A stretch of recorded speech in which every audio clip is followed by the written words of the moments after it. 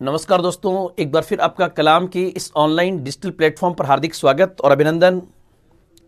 कलाम की टीम फिर एक नए जोश और एक नए उत्साह के साथ में आप फर्स्ट ग्रेड के फर्स्ट पेपर में आधुनिक भारत के इतिहास के जो प्रसिद्ध व्यक्तित्व दिए हुए हैं उसकी हमने काफी चर्चा की है, जिसमें हमने बंकिम चंद्र चटर्जी, बाल गंगाधर तिलक, लाला लाजपत राय, विपिन चंद्र पाल जैसी कई विभूतियों को हम पढ़ चुके हैं। स्पेशली सामाजिक एवं धार्मिक सुधार आंदोलन के माध्यम से भी हमने व्यक्तित्व पर चर्चा की थी, जिसमें राजा राम मोहन राय, स्वामी विवेकानंद, स्वामी दयानंद सरस्वती जैसे बहुत सारी पर्सनैलिटीज पर चर्चा की। आज इसी कड़ी में भारतीय राष्ट्रीय आंदोलन की एक और बेहतरीन शख्सियत, जिन्होंने भारत में राष्ट्रवाद को फैलाने में, भारतीय क्रांतिकारी धारा को उत्तेजित करने में, भारतीय राष्ट्रीय आंदोलन को अंतर्राष्ट्रीय रूप देने में जिस शख्सियत ने अपना सब कुछ न्यौछावर कर दिया, आज दोस्तों हम कलाम के इस डिजिटल प्लेटफॉर्म के माध्यम से उसी शख्सियत के बारे में चर्चा करने के लिए जा रहे हैं, जिन्हें इतिहास में नेताजी सुभाष चंद्र बोस के नाम से जाना जाता है। एक ऐसी शख्सियत जिनको विदेशी स्तर पर जर्मनी के अंदर जिनको नेताजी के नाम से संबोधित किया गया था, जिन्होंने गांधी जी के साथ उनका टकराव था, लेकिन वैचारिक टकराव था, राष्ट्र के मुद्दे पर वो हमेशा एकजुट रहे। तो दोस्तों, आज हम सुभाष चंद्र बोस से और स्पेशली व्यक्तित्व का जो परीक्षण करेंगे, तब स्पेशली इस बात को ज्यादा फोकस करेंगे कि हमारे सुभाष बाबू से हमारे एग्जाम के पॉइंट से कौन से प्रश्न बन सकते हैं। और साथ ही साथ आपको पता है, वर्ष 2018 के अंदर हमारे माननीय प्रधानमंत्री श्री नरेंद्र मोदी जी ने अंडमान निकोबार द्वीप समूह का 2018 में दौरा करते हुए 3 आइलैंड्स का नाम जो है सुभाष बाबू, सुभाष द्वीप, स्वराज द्वीप, शहीद द्वीप रखा है। किस किस का नाम रखा है, यह आपके एग्जाम में प्रश्न बन सकता है। साथ ही साथ आपको पता होगा कि जो आजाद हिंद सरकार 1943 में सिंगापुर में स्टैब्लिश हुई, जिसको 9 देशों ने मान्यता दी, सुभाष बाबू जिसकी सर्वे सर्वा थे, उसकी 75वीं वर्षगांठ बनाई गई है। इसलिए उन सब पॉइंट्स को ध्यान में रखते हुए सुभाष चंद्र बोस से आपके एग्जाम में प्रश्न आ सकता है। तो सबसे पहले बेसिक पॉइंट से हम स्टार्ट करें। दोस्तों, आप लोग ध्यान रखना कि 23 जनवरी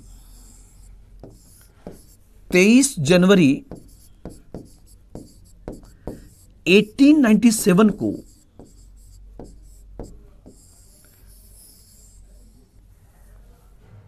भारतीय राष्ट्रीय आंदोलन के इस जगत में जानकीनाथ बोस के घर में एक बच्चे का जन्म हुआ, जिन्हें आगे चलकर हम नेताजी सुभाष चंद्र बोस कहते हैं।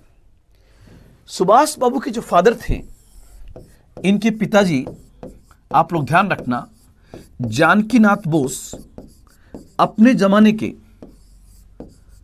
एक बहुत बड़े बैरिस्टर थे और साथ ही साथ वो बंगाल लेजिस्लेटिव असेंबली के मेंबर भी रहे। ब्रिटिश सरकार के द्वारा उन्हें राय बहादुर की उपाधि प्रदान की गई थी।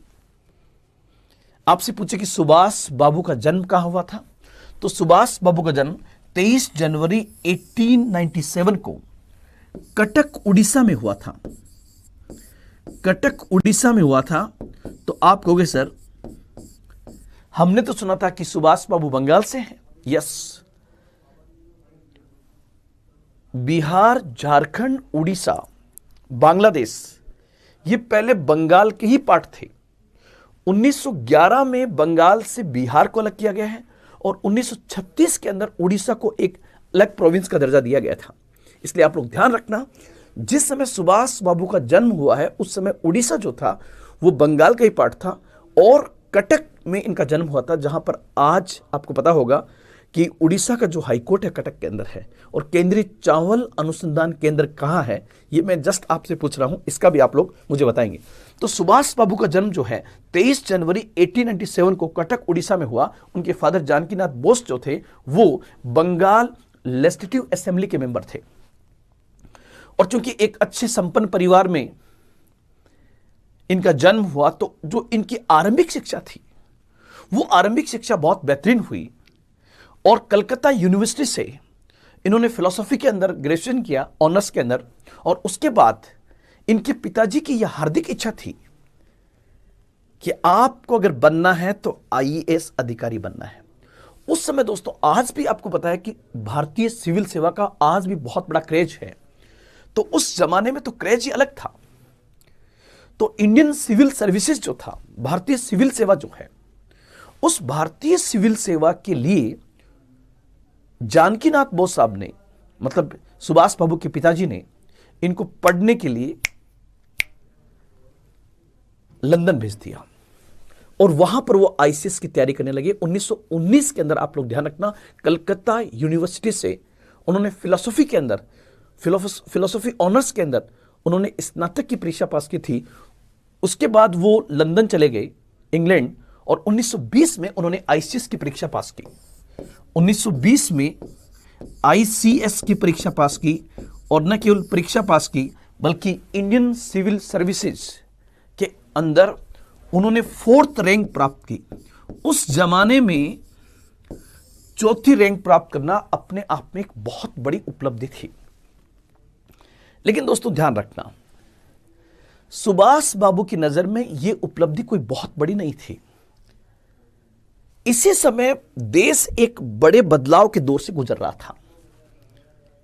गांधी जी का भारतीय राष्ट्रीय आंदोलन में आगमन हो चुका था और एक उथल पुथल राष्ट्रीय आंदोलन मची हुई थी। रॉलेट एक्ट और रॉलेट एक्ट के खिलाफ अखिल भारतीय सत्याग्रह, जलियांवाला बाग हत्याकांड, खिलाफत आंदोलन और असहयोग आंदोलन ने उनके अंदर के राष्ट्रवाद को जगा दिया। और सुभाष बाबू ने आईसीएस जैसी परीक्षा से जो उन्होंने पास की, उससे उन्होंने इस्तीफा दे दिया और अपनी निजी जिंदगी, अपने निजी परिवार को एक साइड में रखते हुए राष्ट्र के लिए वो समर्पित हो गए। और यही दोस्तों, आप लोग ध्यान रखना, अगर राजनीति में वो किससे सबसे अधिक प्रेरित हुए हैं तो नाम आएगा गांधी जी का। गांधी से प्रेरित है। लेकिन आपसे पूछे कि सुभाष बाबू के गुरु कौन थे, तो दोस्तों आप लोग ध्यान रखना, सुभाष बाबू के गुरु थे सीआरदास। सीआरदास, जिनका पूरा नाम था चित्तरंजन दास।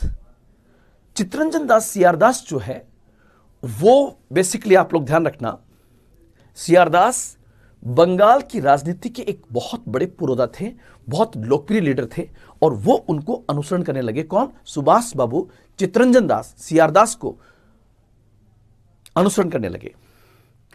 1920 का जो असहयोग आंदोलन हुआ था, उसी असहयोग आंदोलन के दौरान सुभाष बाबू को कुछ कारणों के आधार पर गिरफ्तार कर लिया गया। 6 महीने की उनको जेल हुई और कहते हैं कि कुछ लोगों ने उनको अवैध तरीके से रिहा कराने का प्रयास किया, लेकिन सुभाष बाबू ने मना कर दिया कि अगर मैं राष्ट्र के लिए जाऊंगा तो लीगली तरीके से अंदर जाऊंगा और लीगल तरीके से ही बाहर आऊंगा। ऐसा प्रामाणिक व्यक्तित्व था दोस्तों। और साथ ही साथ आप लोग ध्यान रखना, जब वो वापस आए तो चूंकि पूरी तरह से राजनीति में आ चुके थे और उस समय बंगाल की राजनीति में सीआरदास का प्रभाव जबरदस्त था और भारतीय राजनीति के अंदर गांधी जी का प्रभाव जबरदस्त था।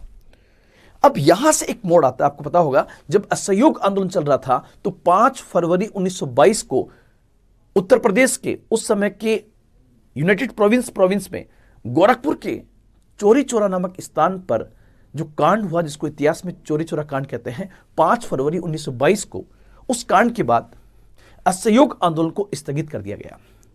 और जैसे ही असहयोग आंदोलन को स्थगित किया गया, आप लोग ध्यान रखना, पहला अनबन यहीं से शुरू होगा गांधी जी और सुभाष बाबू के बीच में। क्यों? कि 5 फरवरी 1922 को जब गांधी आंदोलन वापस लेते हैं, इसको स्थगित आंदोलन को वापस लेते हैं, असहयोग आंदोलन को, तो सीआरदास और मोतीलाल नेहरू सबसे अधिक विरोध करने वालों में थे, सबसे अधिक विरोध करने वालों में थे।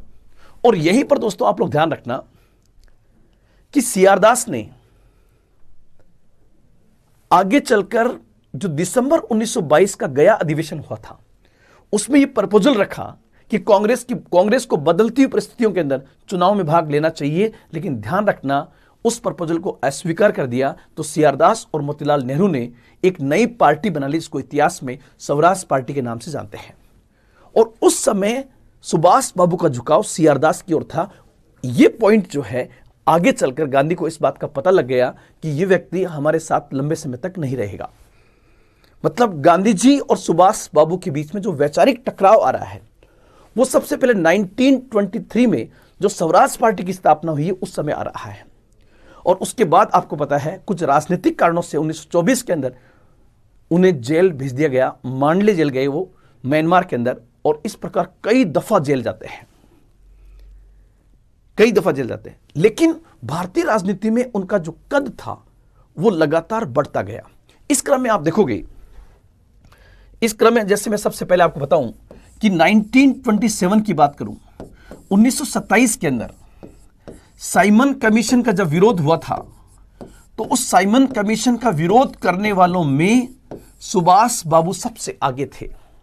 साथ ही साथ 1928 के अंदर आपको पता है साइमन कमीशन की नियुक्ति 1927 में होती है। साइमन कमीशन 1928 में भारत में आता है और साइमन कमीशन का विरोध करने में लाला लाजपत राय, तिलक के साथ साथ सुभाष बाबू की भी बहुत बड़ी भूमिका थी। सुभाष बाबू ने यह भूमिका बंगाल जैसे क्षेत्र में अदा की थी।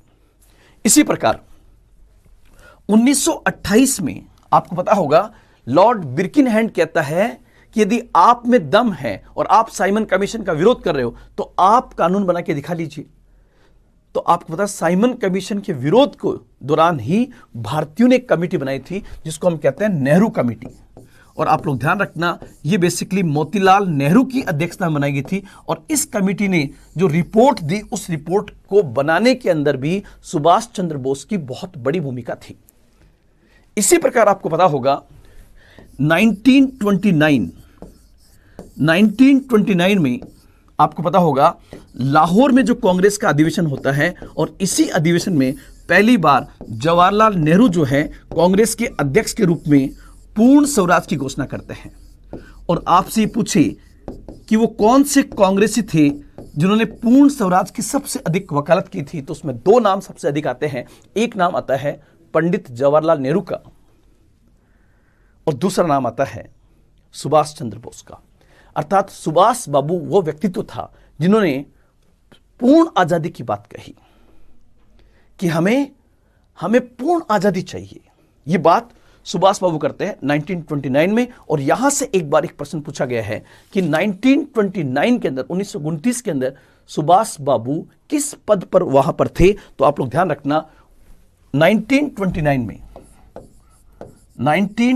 में सुभाष बाबू जो है, सुभाष बाबू मतलब सुभाष चंद्र बोस ऑल इंडिया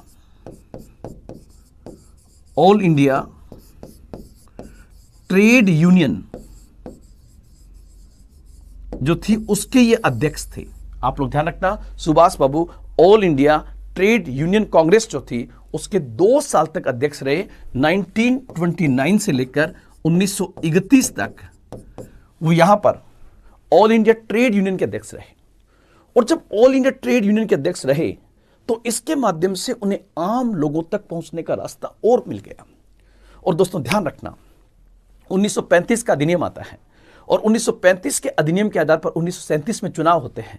1936 और 1937 में कांग्रेस के अध्यक्ष जो है वो बेसिकली जवाहरलाल नेहरू थे। और नेहरू के नेतृत्व में भारत में 1937 के जो प्रांतीय चुनाव हुए उसमें कांग्रेस ने काफी सफलता प्राप्त की थी। लेकिन दोस्तों किसी किताब में नहीं आता है कि 1937 के कांग्रेस को जिताने में सुभाष बाबू की भी बहुत बड़ी भूमिका थी। सुभाष बाबू ने भी अपने तरीके से जनमत को कांग्रेस के साथ जोड़ने में एक बहुत बड़ी भूमिका अदा की। यही कारण है कि 1936 में कांग्रेस के अध्यक्ष जवाहरलाल नेहरू रहे, 37 में नेहरू रहे, लेकिन 1938 का यहां पर पॉइंट आप लोग याद रखना कि कांग्रेस अध्यक्ष के रूप में उनकी भूमिका कब आती है। कांग्रेस अध्यक्ष के रूप में, तो आप लोग ध्यान रखना, नंबर 1 पहला जो पॉइंट आएगा वो आएगा 1938 में वो पहली बार 1938 में वो पहली बार कांग्रेस के अध्यक्ष बने। 1938 में वो पहली बार कांग्रेस के अध्यक्ष बनते हैं। और यहां पर आपका क्वेश्चन आएगा कि वो किस अधिवेशन में सर्वसम्मति से कांग्रेस के अध्यक्ष बने। तो यहां पर दोस्तों आप लोग ध्यान रखना, 1938 का जो हरिपुरा अधिवेशन हुआ था, हरिपुरा अधिवेशन, इस हरिपुरा अधिवेशन में वो सर्वसम्मति से कांग्रेस अध्यक्ष बने।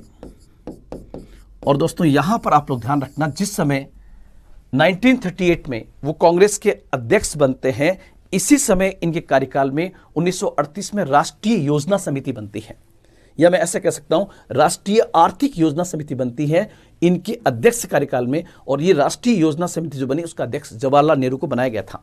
लेकिन 1938 में जो योजना समिति बनी, वो योजना समिति लाने का जो आइडिया था वो सुभाष बाबू का था।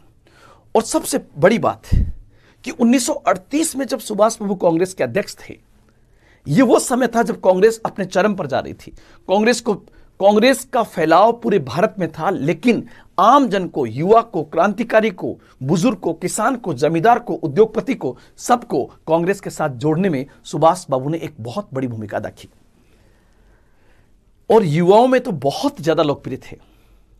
लेकिन दोस्तों एक चीज ध्यान रखना कि सुभाष बाबू ने 1938 में जो राष्ट्रीय योजना समिति बनाई थी, इसका अध्यक्ष उन्होंने जवाहरलाल नेहरू को बनाया था। यही से कहते हैं कि नेहरू और सुभाष बाबू में एक दूसरे के एक ईगो टकराता था। और सुभाष बाबू कांग्रेस में इतने लोकप्रिय हो रहे थे कि कहीं ना कहीं देखो, सुभाष बाबू भी एक इंसान है, गांधी जी भी एक इंसान है, नेहरू भी इंसान है। और एक पार्टी के नेताओं में आपस में जलन ज्यादा होती है, तो कहते हैं कि इनके बीच वैचारिक मतभेद था। और सुभाष बाबू का झुकाव निश्चित रूप से वामपंथ की ओर उनका झुकाव था। इस बात की एक्टिविटीज के माध्यम से उनका पता चलता है कि गांधी जी और उनके मध्य अनबन शुरू हो गई थी। अब एक्चुअल में क्या हुआ कि 1939 में 1939 में कांग्रेस का अधिवेशन जो है ये बेसिकली त्रिपुरी में हुआ। और आपसे पूछ ले कि त्रिपुरी कहां है, ये त्रिपुरा में नहीं, ध्यान रखना।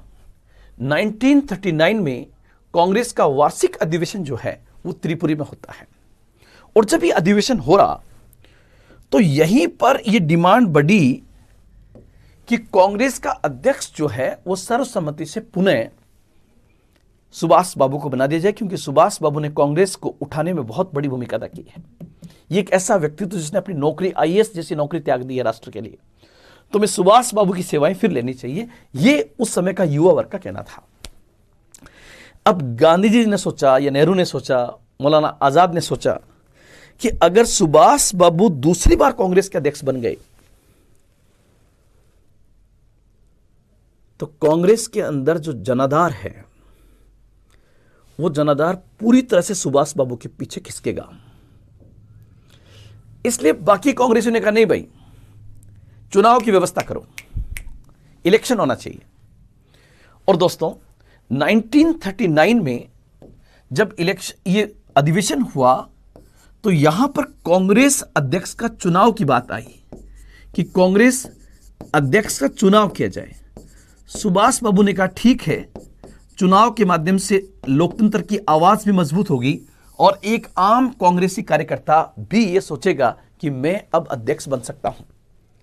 और यहीं पर दोस्तों आप लोग पता होगा कि एक तरफ थी सुभाष चंद्र बोस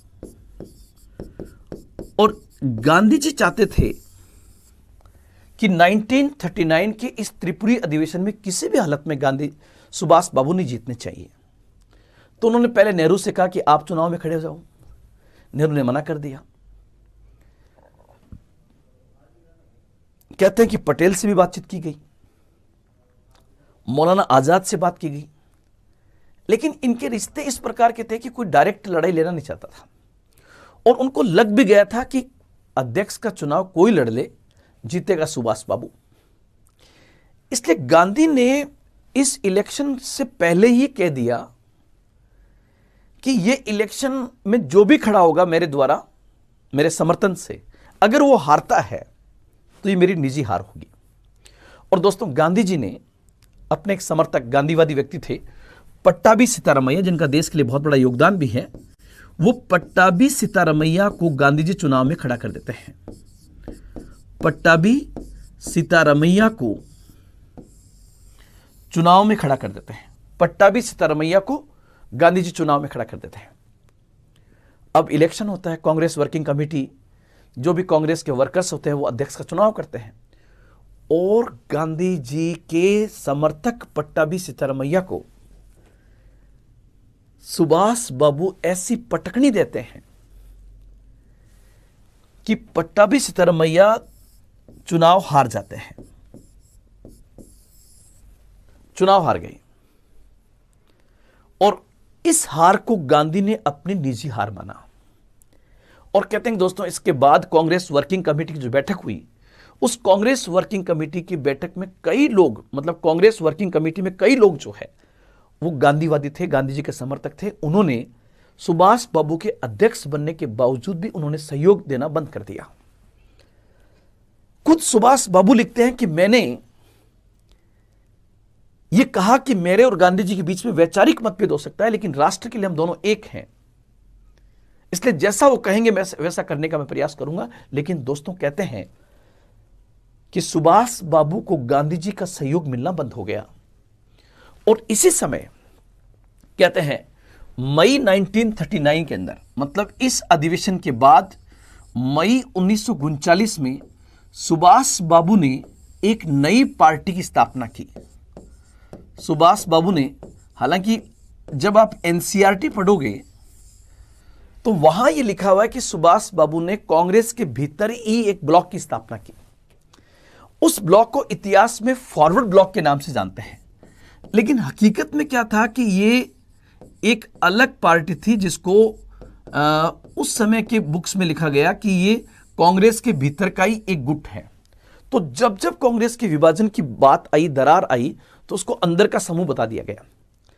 लेकिन आपसे पूछे कि फॉरवर्ड ब्लॉक की स्थापना 1939 मई में किसके द्वारा की गई थी, तो आपका जो उत्तर होगा वो स्पष्ट रूप से होगा मई 1939 में सुभाष चंद्र बोस ने फॉरवर्ड ब्लॉक की स्थापना की। और ध्यान रखना दोस्तों, ये जो फॉरवर्ड ब्लॉक था ये बेसिकली एक लेफ्टिस्ट ऑर्गेनाइजेशन था, जिसका झुकाव वामपंथ की ओर था। और यहां पर एक बार प्रश्न यह भी पूछा गया है कि वो कौन सा व्यक्तित्व था जिसने सुभाष बाबू की बहुत बड़ी मदद की थी फॉरवर्ड ब्लॉक की स्थापना कराने में। तो दोस्तों, यहां पर फिर एक नाम आएगा, सीलभद्र याजी। इस व्यक्ति ने सुभाष बाबू की फॉरवर्ड ब्लॉक की स्थापना में एक अहम रोल अदा किया था। यह पॉइंट आपको याद रखना है। इसके आगे बढ़े। अब एक प्रकार से जब उन्होंने ये फॉरवर्ड ब्लॉक की स्थापना कर दी और वो कांग्रेस अध्यक्ष पद पर थे, तो कहते हैं कि उन पर दबाव आया कि आप इस्तीफा दीजिए। तो जल्दी उन्होंने, वो तो ऐसा कद्दावर नेता था कि परवाह नहीं करता था, उन्होंने इस्तीफा दे दिया अध्यक्ष पद से। बाद में वो बंगाल चले गए, बंगाल में फॉरवर्ड ब्लॉक की उस शाखा को मजबूत करने में लग गए। और इसी दौरान आपको पता होगा, जब ये घटनाएं चल रही हैं, आपको पता होगा सितंबर 1939 में जर्मनी पोलैंड पर हमला कर देता है। और जर्मनी जैसे ही पोलैंड पे हमला करता है, इसी के साथ सेकेंड वर्ल्ड वॉर शुरू हो जाता है। ये बात है 1 सितंबर 1939 की। अब इस पॉइंट को आप याद रखना कि जो सेकेंड वर्ल्ड वॉर था, सेकेंड वर्ल्ड वॉर, ये बेसिकली 1939 से 1945 के मध्य हुआ था। इसमें एक तरफ थे मित्र राष्ट्र जिसमें नाम आता है ब्रिटेन और फ्रांस का। ब्रिटेन का शासक उस समय प्रधानमंत्री था चर्चिल और फ्रांस का शासक था राष्ट्रपति क्लीमेंसू। ब्रिटेन का पीएम था चर्चिल कंजर्वेटिव पार्टी का और फ्रांस का राष्ट्रपति था क्लीमेंसू। और एक तरफ थे धुरी राष्ट्र जिनको हम एक्सिस कंट्रीज भी कहते हैं, धुरी राष्ट्र, और इसमें नाम आता है जर्मनी का। और जर्मनी का शासक था दोस्तों हिटलर। जर्मनी का शासक था हिटलर और इटली का शासक था मुसोलिनी। इटली का शासक था मुसोलिनी और जापान का शासक था जापान में किसी का नाम नहीं आता है लेकिन आप यहां लिख सकते हो जापान में सैन्य शासन था। और अगर वाद की बात करें तो जर्मनी में नाजीवाद था, इटली में फासिस्टवाद था, जापान के अंदर सैन्यवाद था और ब्रिटेन और फ्रांस जो है ये बेसिकली साम्राज्यवादी थे। ये साम्राज्यवादी थे जिन्होंने बहुत सारे उपनिवेश वैश्विक स्तर पे बना रखे थे, तो ये साम्राज्यवादी थे। और उस समय दुनिया में दो एमर्जिंग पावर खड़ी हो चुकी है और उनका नाम था, एक का नाम था अमेरिका और एक का नाम था यूएसएसआर, सोवियत संघ। उस समय सोवियत संघ का शासक जो है वो स्टालिन था। सोवियत संघ का शासक स्टालिन था। और आपको बताया कि यूएसएसआर जो था वो बेसिकली साम्यवादी था और अमेरिका जो है इसका राष्ट्रपति फ्रैंकलिन डी रूजवेल्ट था और अमेरिका जो है ये बेसिकली एक पूंजीवादी था। अमेरिका एक पूंजीवादी राष्ट्र था। तो ये पॉइंट्स आपको यहां पर याद रखने हैं, ये पॉइंट्स आपको यहां पर याद रखने हैं। अब इस पूरे घटनाक्रम को मैं सुभाष बाबू के दृष्टिकोण से आपके दिमाग में सेट करना चाहूंगा कि पहली बात तो सुभाष बाबू का झुकाव लेफ्टिस्ट की ओर था, साम्यवाद की ओर था। इसलिए अगर वो भारत से बाहर निकलते हैं तो पहले कहां जाएंगे, वो यूएसएसआर जाएंगे। और जब 1939 में सेकेंड वर्ल्ड वॉर शुरू हुआ है तो उस समय सेकेंड वर्ल्ड वॉर में आप लोग ध्यान रखना, उस समय तक सोवियत संघ इस युद्ध के आरंभ में शामिल नहीं था और नई अमेरिका युद्ध की शुरुआत में शामिल है। क्योंकि जर्मनी का हिटलर जो है उसकी लड़ाई सीधी सीधी इनके साथ में थी, इनके साथ में थी। तो जर्मनी जो है पहले हमला करता है वेस्टर्न यूरोप के ऊपर। अब उस समय आप देख लीजिए यहां पर ये भारत, और भारत आपको पता है कि उस समय एक उपनिवेश था। हमारा इस सेकेंड वर्ल्ड वॉर से डायरेक्ट कोई लेना देना नहीं था, लेकिन जैसे ही 1 सितंबर 1939 को युद्ध शुरू होता है उस समय भारत का वायसरॉय था लॉर्ड लिलिथ को, और लॉर्ड लिलिथ को कहता है कि कुछ शैतान देशों ने यूरोप के कुछ देशों को गुलाम बना लिया है, इसलिए भारत का कर्तव्य बनता है, हमारा कर्तव्य बनता है कि हम उन गुलामों को आजाद कराएं। तो नेहरू ने कहा, और यह कहकर के उसने 3 सितंबर 1939 को भारतीय सेनाओं को रवाना कर दिया। भारत की सेनाएं उन गुलामों को आजाद कराने जा रही है और आप देखो कि हम जो गुलाम थे उनकी कोई परवाह नहीं है। तो नेहरू ने क्या किया, यह चेतावनी दी कि एक गुलाम दूसरे गुलाम को कैसे आजाद करा सकता है, और यह कहकर उन्होंने 8 प्रांतों से इस्तीफे दे दिए। अब चलते हैं हम सुभाष बाबू के पास। सुभाष बाबू उस समय क्या थे कि कलकत्ता के अंदर जितनी मूर्तियां लगी हुई थी, वो चाहे अल्बर्ट हॉल के सामने हो, वो जितनी भी अंग्रेज मूर्तियां लगी हुई थी अंग्रेजों की, उसको कहते हैं कि आप इनको हटाइए, इनको रिमूव कीजिए। इस बात को लेकर वो मूवमेंट चला रहे थे। तो सुभाष चंद्र बोस को फॉरवर्ड ब्लॉक की स्थापना करने के बाद, कांग्रेस से निकालने के बाद, वो बंगाल के अंदर अपने मूवमेंट्स को चला रहे थे। उसी दौरान उनको गिरफ्तार करके और जेल में डाल दिया जाता है। किसको? सुभाष बाबू को। कहां पर? कलकत्ता के अंदर। अब सुभाष बाबू अनशन पर है, सुभाष बाबू जेल में है। अब जब जेल में सुभाष चंद्र बोस थे तो यहीं पर दोस्तों ध्यान रखना, सुभाष बाबू को अंग्रेजों का प्लान था कि इसको वार के अंदर, जब तक वार चल रहा है तब तक इसको अंदर रखो। और सुभाष बाबू ने इस वार के शुरू होते ही, मतलब सेकेंड वर्ल्ड वार शुरू होते ही, उन्होंने नेहरू को इन्फॉर्म किया, गांधी को इन्फॉर्म किया कि यह वक्त है हमारा कि हमें पूरी ताकत के साथ अंग्रेजों से लड़ना चाहिए ताकि हम देश को आजाद करा सकें। इस समय ब्रिटेन फंसा हुआ है, हमें इसका फायदा उठाना चाहिए। लेकिन चूंकि वो कांग्रेस छोड़ चुके थे और उनकी बात की परवाह ज्यादा नहीं की गई। तो दोस्तों आप लोग ध्यान रखना, सुभाष बाबू जेल में थे। क्यों? क्योंकि वो एक मूवमेंट चला रहे थे कलकत्ता के अंदर, इसमें वो मूर्तियां जो लगी हुई थी उसको हटाने की बात कर रहे थे। इस बात को लेकर उन्हें जेल में डाल दिया गया। जब जेल में डाला गया तो उन्होंने अनशन शुरू कर दिया। अनशन शुरू किया तो भारत के जितने भी युवक थे उन्होंने उनके पक्ष में सड़कों पर आंदोलन शुरू कर दिया। तो ब्रिटिश सरकार को दबाव में आकर के और उन्हें रिहा करना पड़ा और उन्हें घर में ही नजरबंद कर दिया गया। पुलिस की पहरेदारी उनके घर के बाहर बिठा दी गई। और दोस्तों यहीं पर फिर एक पॉइंट आएगा कि 1941 के आरंभ के अंदर ही वो अपनी जगह पर एक जियाउद्दीन नामक व्यक्ति को बिठा करके 17 जनवरी 1941 की रात कैसे कहते हैं कि वो अपनी जगह पर एक जियाउद्दीन नामक व्यक्ति को बिठा करके और अफगानी वेश के अंदर वहां से निकलते हैं। और सुभाष बाबू देखना, ये पूरा चार्ट बना हुआ है।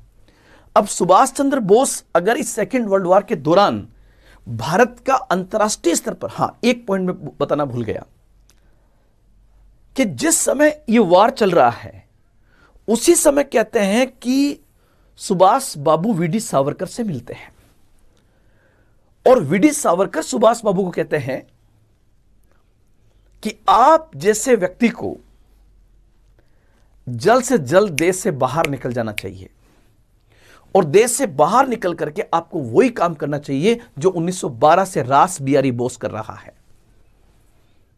रास बिहारी बोस ने हार्डिंग पर बम डाल करके वो फरार हुए थे, वो अभी तक वो जापान के अंदर है। ये बात वीडी सावरकर ने बताई। तो कहते हैं कि वो कलकत्ता से निकलते हैं पटना, पटना से निकलते हैं पेशावर, पेशावर जो पाकिस्तान में है। और कहां जाएंगे? आपको पता है कि अगर हम ये कहें ये हमारा प्यारा भारत और ये पाकिस्तान आज की तारीख में, उस समय पाकिस्तान हमारा हिस्सा था, तो यहां पर ये पॉइंट भी आप लोग ध्यान रखना कि यहां तक, यहां वो आते हैं पेशावर और पेशावर से वो जाते हैं यूएसएसआर। उस समय बाउंड्री हमारी उससे लगती थी, सोवियत संघ जाते हैं। अब सोवियत संघ वो स्टालिन से मिलने की जो एक प्रयास करते हैं, उस कहानी को मैं यहां पर ज्यादा नहीं बताऊंगा क्योंकि वो ज्यादा इंपॉर्टेंट यहां पर नहीं है। लेकिन वो सोवियत संघ जाते हैं, लेकिन किस्मत ने काम साथ नहीं दिया और जर्मनी क्या करता है, यूएसएसआर पे हमला कर देता है। अब जब एक तरफ वो सोवियत संघ के अंदर है और जर्मनी ने सोवियत संघ पे हमला कर दिया है, तो सोवियत संघ जो है वो अभी तक जो मित्र राष्ट्रों का दुश्मन था एक प्रकार से, वो भी इस खेमे में आके बैठ जाता है। और इधर अमेरिका का पूरा पैसा लगा हुआ है, तो अमेरिका भी इस खेमे में आ गया। मतलब मैं कह सकता हूं दो दुश्मन एक साथ एक दूसरे के नजदीक आ गए। लेकिन हमें लॉस क्या हुआ? हमें लॉस ये हुआ कि सोवियत संघ जो ब्रिटेन का विरोधी था, उस पर जब जर्मनी ने हमला किया, जर्मनी ने बेवजह सोवियत संघ को छेड़ा, इसके कारण ये इस खेमे में आता है सोवियत संघ यहां पर। अब जैसे ही यहां पर आया तो ब्रिटेन ने कह दिया कि जितने लोग जो ब्रिटिश विरोधी हैं और किसी और देश में हैं, स्पेशली सोवियत संघ में, उनको बाहर निकालो। सुभाष बाबू सोवियत संघ छोड़ देते हैं और सुभाष बाबू पहुंचते हैं जर्मनी। जर्मनी क्यों जाएंगे? क्योंकि ब्रिटेन का दुश्मन जर्मनी था। मतलब आप देखो कैसे मैनेज किया गया होगा। वो जर्मनी पहुंचते हैं और उस व्यक्ति के प्रशंसक दुनिया में हर जगह उस जमाने में थे, इतने लोकप्रिय थे। तो बाकायदा उस समय क्या होती कि हमारी एक फौज जो है, जो यूरोप में लड़ने के लिए गई थी, जिसको हिटलर ने और जर्मनी की सेना ने बंदी बना लिया था, वो उन लोगों को, उन सैनिकों को रिहा कराने में एक बड़ी भूमिका अदा करते हैं और वो हिटलर से मुलाकात करते हैं। लेकिन हिटलर उनको कई दिनों तक टालमटोल करता रहा। इससे उनको लग गया कि हिटलर मेरे किसी काम का नहीं है। और दोस्तों, चूंकि हिटलर ने एक बहुत बड़ी गलती कर दी थी, वो था जर्मनी के द्वारा यूएसएसआर पर हमला। और जल्दी मित्र राष्ट्रों ने चारों ओर से जर्मनी को घेर लिया, जर्मनी को पराजित कर दिया। जब जर्मनी को पराजित कर दिया तो जर्मनी छोड़ने के अलावा सुभाष बाबू के पास कोई विकल्प नहीं बचा हुआ था। यहां तक सुनने के बाद एक पॉइंट और सुनिए आप कि ये हमारा प्यारा भारत और ये आपको पता है ये दक्षिण पूर्वी एशिया, साउथ ईस्ट एशिया, दक्षिण पूर्वी एशिया, और दक्षिण पूर्वी एशिया के ऊपर अगर आप यहां देखोगे तो ये आ गया चाइना और यहां पर ये आ गया जापान, ये जापान, और यहां देखोगे आप तो ये इंडोनेशिया के द्वीप आ गए, और यहां पर ये सिंगापुर है, यहां पर ये सिंगापुर है। उस जमाने में सिंगापुर एक स्वतंत्र देश नहीं था, बल्कि ये मलेशिया के अंडर में आता था, और मलेशिया जो है वो ब्रिटिश कॉलोनी था, मलेशिया ब्रिटिश कॉलोनी था। तो पहले तो आप ये सुनिए कि दक्षिण पूर्वी एशिया, साउथ ईस्ट एशिया, और यहां पर ये हमारा अंडमान निकोबार द्वीप समूह आ गया, अंडमान निकोबार द्वीप समूह। अब सुभाष बाबू जो है जापान के अंदर है। सुभाष बाबू जब जापान पहुंचेंगे तो उस समय आप उससे पहले की बात ये सुन लीजिए कि ब्रिटेन ने भारतीय सेना की एक टुकड़ी को लड़ने के लिए, भारतीय सेना की एक टुकड़ी लड़ने के लिए इस रास्ते जापान गई है, और जापान न जाकर के वो कहां लड़ रही है? ब्रिटिश कॉलोनियों के अंदर। और इस सेना को, मान लीजिए सेना है, इस सेना को जापानियों ने पराजित कर दिया। जब जापानियों ने पराजित कर दिया तो जो ब्रिटिश आर्मी थी, जिसका नाम था ब्रिटिश इंडियन आर्मी, ब्रिटिश भारतीय सेना, वो अंग्रेजों के कहने पर जापान से लड़ने गई थी। उनकी हमारे से कोई लड़ाई नहीं थी, जापान और भारत की कोई लड़ाई नहीं थी, जापान और ब्रिटेन की लड़ाई थी, और ब्रिटेन ने हमें लड़ने के लिए वहां भेजा था। वो सेना की टुकड़ी जो वहां हारती है, भारतीय सेना की, आप लोग ध्यान रखना, इस भारतीय सेना को मिला करके और जापानियों से बात करके कैप्टन मोहन सिंह जो है, कैप्टन मोहन सिंह जो है वो आपको पता है 1941 के अंदर ही एक फौज बनाता है जिसको हम कहते हैं आजाद हिंद फौज, आजाद हिंद फौज। अब आप लोग ध्यान रखना कि आजाद हिंद फौज जो है वो सुभाष बाबू के जापान पहुंचने से पहले ही कैप्टन मोहन सिंह द्वारा स्टैब्लिश कर दी गई है। अब सुभाष बाबू जब वहां पहुंचे जापान तो रास बिहारी बोस वगैरह जितने भी लोग थे उनसे मिलते हैं, और वो कहते हैं कि सुभाष बाबू आपके आने से हमारे अंदर एक नया जोश पैदा हो गया। सुभाष बाबू बहुत बड़े कद्दावर नेता थे, और कहते हैं दोस्तों यहीं से पूरा आजाद हिंद फौज का पुनर्गठन होता है। तुम मुझे खून दो, मैं तुम्हें आजादी दूंगा। ये उन्होंने आजाद हिंद फौज के अंदर ये बात कह करके एक नया प्रकार का जोश पैदा कर दिया। उन्होंने नारा दिया कि दिल्ली चलो, मतलब हमारा टारगेट होगा दिल्ली चल करके भारत को अंग्रेजों से आजाद करवाना। ये सुभाष बाबू का कहना था। 1944 के अंदर ही Subhash Babu all India radio के माध्यम से संबोधित करते हैं कि राष्ट्रपिता, अब वक्त आ गया है कि भारत के मुक्ति दिवस के लिए हमें एक हो जाना चाहिए। मतलब वो कहते हैं कि गांधी जी आपके और मेरे बीच में मतभेद हो सकता है, लेकिन मनभेद नहीं होना चाहिए, हमें देश के लिए एकजुट हो जाना चाहिए। और दोस्तों यहां पर फिर एक क्वेश्चन आएगा कि जो जापानी फौज है वो आजाद हिंद फौज के माध्यम से अंडमान निकोबार द्वीप समूह पे कब्जा कर लेती है, और फिर सुभाष बाबू के नेतृत्व में एक क्वेश्चन बनेगा, सुभाष बाबू के नेतृत्व में आजाद हिंद फौज का गठन होता है। सुभाष बाबू के नेतृत्व में आजाद हिंद सरकार बनती है, आजाद हिंद सरकार। और आपको बताया 2018 में इस आजाद हिंद सरकार के 75 वर्ष पूरे हुए हैं। आजाद हिंद सरकार, तो ये भी आप लोग ध्यान रखना, आजाद हिंद सरकार। ये आपसे क्वेश्चन ये पूछे कि आजाद हिंद सरकार की स्थापना कब हुई है, तो आपका उत्तर होगा 21 अक्टूबर 1943। आप लोग ध्यान रखना, 21 अक्टूबर 1943 को आजाद हिंद सरकार की स्थापना हुई थी। और इस आजाद हिंद सरकार की स्थापना सिंगापुर में, उसका मंत्रिमंडल बाकायदा गठित हुआ। सुभाष बाबू सर्वे सर्वा बने।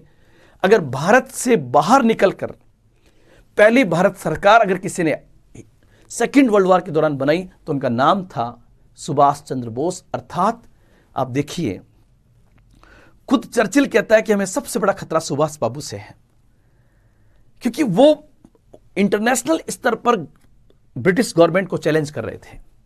और यहां तक कि सिंगापुर के अंदर जो आजाद हिंद फौज सरकार बनी, उस आजाद हिंद फौज सरकार को उस समय के 9 देशों ने मान्यता प्रदान की थी। 9 कंट्रीज, 9 देशों ने मान्यता प्रदान की। अपने आप में एक बहुत बड़ी बात थी, एक ऐसा व्यक्तित्व जो अपने देश से बहुत दूर संघर्ष कर रहा था। और इसी दौरान आपको पता होगा, वो आजाद हिंद फौज के अंदर 3 रेजिमेंट्स बनाते हैं, Nehru brigade, Gandhi brigade, Subhash brigade, और एक महिला रेजिमेंट बनाते, इसका नाम था झांसी रेजिमेंट। साथ ही साथ दोस्तों, आप ये पॉइंट भी ध्यान रखना कि वो अंडमान निकोबार द्वीप समूह पर जब आजाद हिंद फौज कब्जा कर लेती है जापानियों के माध्यम से, तो यहां पर अंडमान को नाम देते हैं शहीद द्वीप और निकोबार को नाम देते हैं स्वराज द्वीप। शहीद द्वीप और स्वराज द्वीप। और आजाद हिंद सरकार का हेडक्वार्टर जो था वो बेसिकली सिंगापुर और रंगून के अंदर था। मेन तो सिंगापुर था, जहां पर 9 देशों के द्वारा मान्यता दी गई थी। और कहते हैं कि आजाद हिंद सरकार जापानियों के माध्यम से नागालैंड, मतलब इस साइड में, यहां से निकलते हुए यहां तक पहुंच जाती है। नागालैंड में कोहिमा प्रवेश कर वो इंफाल की ओर बढ़ते हैं। और एक क्वेश्चन जो मैं भूल जाऊंगा, आपसे पूछे कि दिसंबर 2018 में भारतीय प्रधानमंत्री श्री नरेंद्र मोदी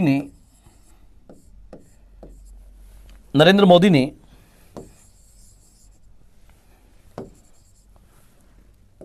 किन किन आइलैंड्स का नाम जो है वो आजाद हिंद सरकार सुभाष बाबू की याद में बदला है। तो आप लोग ध्यान रखना, जैसे उन्होंने रॉस द्वीप जो है, इस रॉस द्वीप का नाम सुभाष चंद्र बोस द्वीप कर दिया है। दिसंबर 2018 की बात है। और हैवलॉक द्वीप जो है और रॉस द्वीप जो है, हैवलॉक द्वीप का नाम उन्होंने शहीद द्वीप रखा है और इसका नाम स्वराज द्वीप रखा है, ताकि सुभाष बाबू की यादों को हैवलॉक का नाम स्वराज द्वीप, हैवलॉक का नाम स्वराज और रॉस द्वीप का नाम शहीद द्वीप के नाम से यहां पे रखा है। ये नील द्वीप है। तो आप लोग ध्यान रखना, रॉस द्वीप का नाम सुभाष चंद्र बोस द्वीप रखा गया है। साथ ही साथ हैवलॉक का नाम स्वराज द्वीप रखा गया है और नील जो द्वीप है उसका नाम शहीद द्वीप रखा गया है। ये उनकी याद में, ताकि उन्होंने जो किया उसको याद किया जा सके। और इसी क्रम में दोस्तों आप लोग ध्यान रखना, जब ये ऐसा व्यक्तित्व, सुभाष बाबू जैसा व्यक्तित्व जिंदगी और मौत की लड़ाई उस सेकेंड वर्ल्ड वॉर के दौरान लड़ रहा था, तो किस प्रकार अपने भारतीय राष्ट्रीय आंदोलन को अंतर्राष्ट्रीय स्तर पर समर्थन प्राप्त करने के लिए किस प्रकार उन्होंने विभिन्न देशों से बातचीत की, किस प्रकार वो विभिन्न कठिन परिस्थितियों में जिए। और कहते हैं कि 1945 के वो दौर की घटना, जब उनके बारे में आधिकारिक रूप से आज तक सूचना प्राप्त नहीं हुई है कि उनकी डेथ कैसे हुई, लेकिन कहते हैं कि जब एक वायुयान दुर्घटना में उनकी मौत होती है। भारत सरकार ने बहुत सारे कमीशंस बनाए हैं, लेकिन कोई भी कमीशन फाइनली किसी तह तक नहीं पहुंच पाया है कि उनकी डेथ फाइनली कैसे हुई। लेकिन कहते हैं कि वायुयान दुर्घटना में उनकी मौत हुई 1945 के अंदर। तो दोस्तों, आज मैंने इस क्लास के माध्यम से एक भारत की एक बहुत ही शानदार व्यक्तित्व सुभाष बाबू के बारे में बताने का प्रयास किया। हालांकि सुभाष बाबू इतनी बड़ी शख्सियत है कि उनके बारे में चंद घंटों या चंद मिनटों में उस बात को समेटना बहुत मुश्किल है।